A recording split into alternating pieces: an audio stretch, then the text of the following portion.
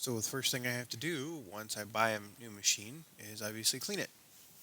So here I am getting ready to clean up the 1435 here.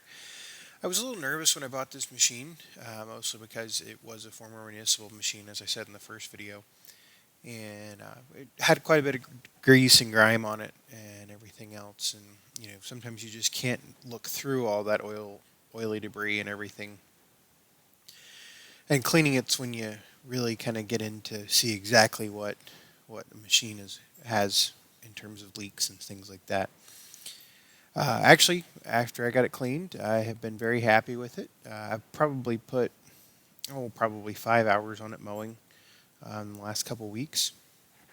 Really happy with it. It just needs to go down the road. I don't really need it, but I am using it just because I have it. You'll see this much like the video of me washing the 1445. It's a matter of just getting in there and getting it cleaned up. You can also watch the pressure washer go round and round in circles. Evidently the weights I put in there and then the fly that just came in the camera. Evidently the weights that I had blocking the pressure washer from going around in circles didn't quite work the way I had planned. I don't know why it just sits there and goes in circles. Evidently it must be at wide open throttle must be just that perfect speed. And there it hits the weight and stops, and I have to adjust it.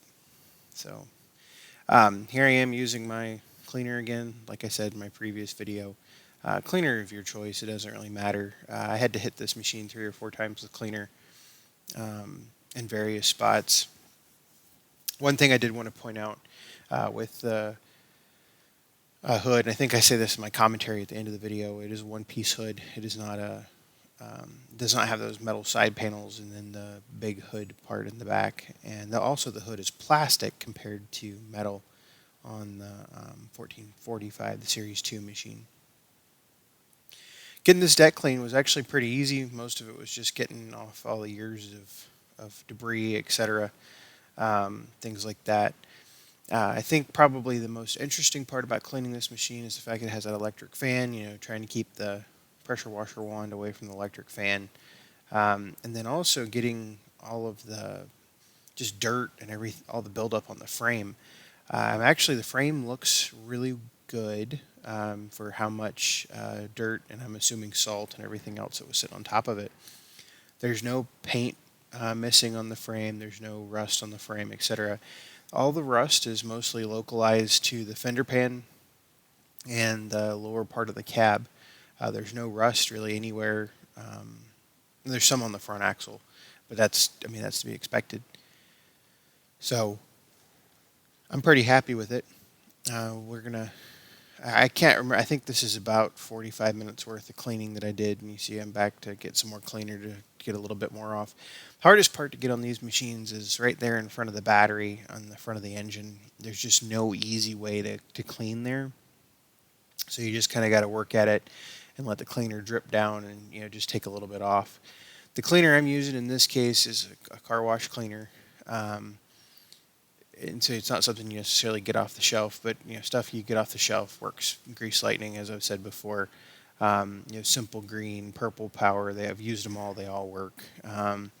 This stuff that I'm using is a little bit more caustic, so it takes me a little less time. But you cannot leave this stuff set on paint, any type of painted surface at the rate I mix it, because it will eat the paint off. So you notice that I'm very cognizant of how long I spray, and then I start using the wand again. Really happy with how this turned out, and I'll turn it over for my commentary here at the end of the video.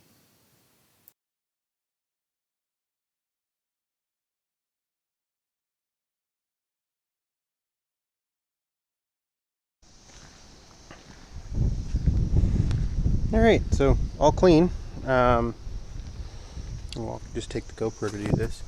So, yeah, everything's clean. Got all the dirt, debris, or as much as I could off. Engine's nice and clean. Kind of hard to put the seat up with all this was just solid goo and grime before. It's nice and clean. We'll let it dry and see if there's something that I missed. Normally there is, and I have to come back and do a little bit more work. Here, I'll set you down for just a second. I'll pop the seat up here, and that way you can see down in the engine compartment. You can see that the engine's much smaller on the 1435 than it is on the 1445. Big thing is, I mean, obviously there's still going to be some debris like that right over there. I mean, there's no way you're going to get it all, just period. I'll actually take a hose and rinse the rest of this real quick, just kind of a rinse down. But yeah, got all the grease and grime off everything. Got the hood cleaned. You see the hood's a one piece. Got the rear axle nice and clean. The tires are pretty much, I mean, they're just rusted. There's not a whole lot I can do there. But yeah, I'm pretty happy with the way it turned out.